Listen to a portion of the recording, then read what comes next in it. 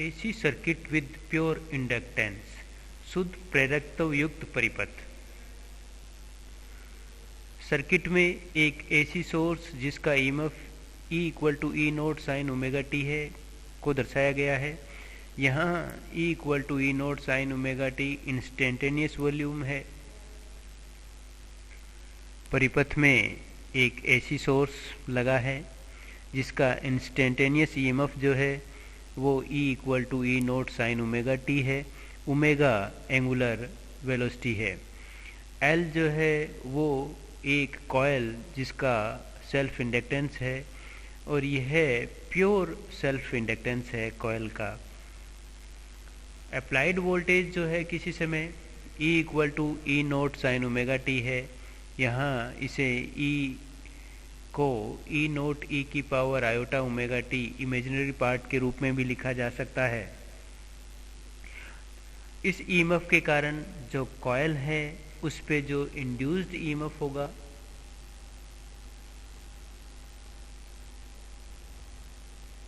उसकी वैल्यू हो जाएगी minus L D I by D T. EMF और अप्लाइड ईएमएफ E दोनों का जो टोटल सम है वो कुल वोल्टेज ड्रॉप के इक्वल होगा। और क्योंकि यहाँ वोल्टेज ड्रॉप जो है वो जीरो है प्योर इंडक्टिव सर्किट होने की वजह से, क्योंकि सर्किट में कोई रेजिस्टेंस नहीं है, इस प्रकार हम कह सकते हैं कि यहाँ जो नेट ईएमएफ है उसकी वैल्यू जीरो है। और नेट ईएमएफ जो है वो अप्लाइड ईएमएफ और जो सेल्फ या इंड्यूस्ड ईएमएफ है उन दोनों के सम के इक्वल होगा। तो E minus L D I by D T net EMF है और यह इक्वल टू जीरो होगा। इस प्रकार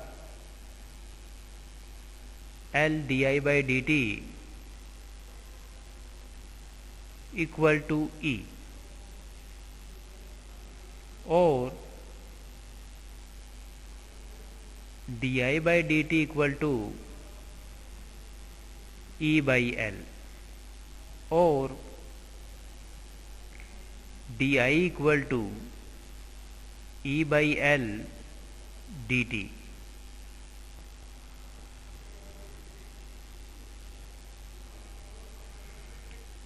E की वैल्यू पुट करने पर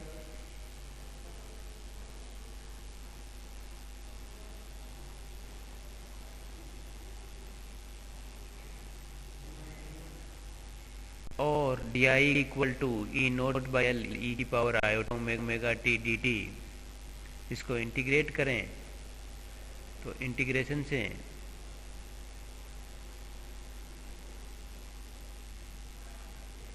integration D I equal to E naught by L integration E की power iota omega T D T और इंटीग्रेशन डी आई जो है वो आई के इक्वल होगा। E naught L integration E की power iota omega T D T की जो वैल्यू होगी वो होगी ई की power iota omega T divided by iota omega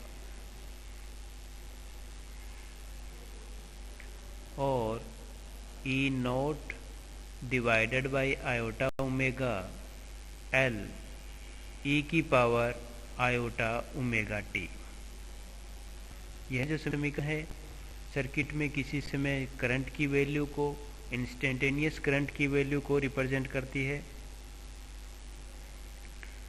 क्योंकि 1 बाई आयोटा को लिखा जा सकता है माइनस आयोटा और माइनस आयोटा को E की power minus iota pi by 2 के द्वारा भी रिप्रेजेंट किया जा सकता है।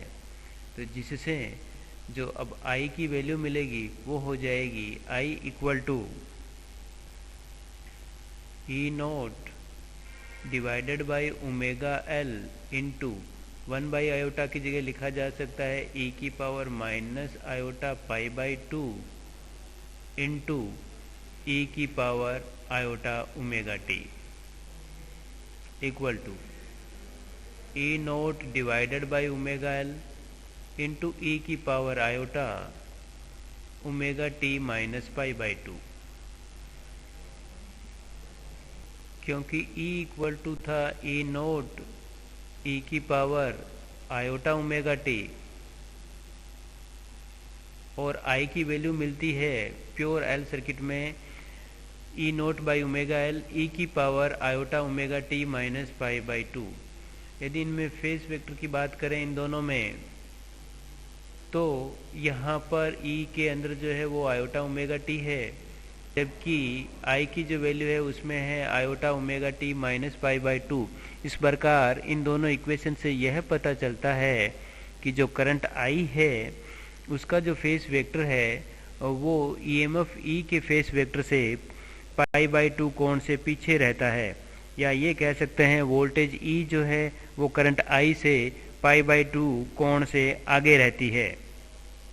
अब क्योंकि I equal to E naught by omega L ई की पावर आयोटा ओमेगा टी होता है, तो फिर इम्पीडेंस की बात करें हम तो ओम के नियम के अनुसार इम्पीडेंस जो यहाँ पर Z होगा वो E बाई आई के इक्वल होगा। E और I की वैल्यू पुट कर दें और इसको सोल्व करें तो Z की वैल्यू मिलती है आयोटा ओमेगा एल। तो इसे यदि परिमाण के रूप में रिप्रेजेंट करें तो इसकी वैल्यू हो जाएगी ओमेगा एल, और यहाँ प्लस एंगल जो है वो पाई बाई 2 है। इसका मतलब ईएमएफ जो है वो E से आगे होता है, और क्योंकि यहाँ R की वैल्यू 0 है सर्किट में और Z को लिखा जा सकता है R प्लस आयोटा एक्सएल के द्वारा, तो इस जो एक्सएल है उसकी वैल्यू मिल जाएगी ओमेगा एल के इक्वल। इसे इंडक्टिव इंडक्टेंस या प्रेरणिक प्रतिघात भी कहते हैं। किसी समय धारा आई और ईएमएफ E में यदि हम ग्राफ प्लॉट करें तो यह ग्राफ डायग्राम के अनुसार प्राप्त होता है।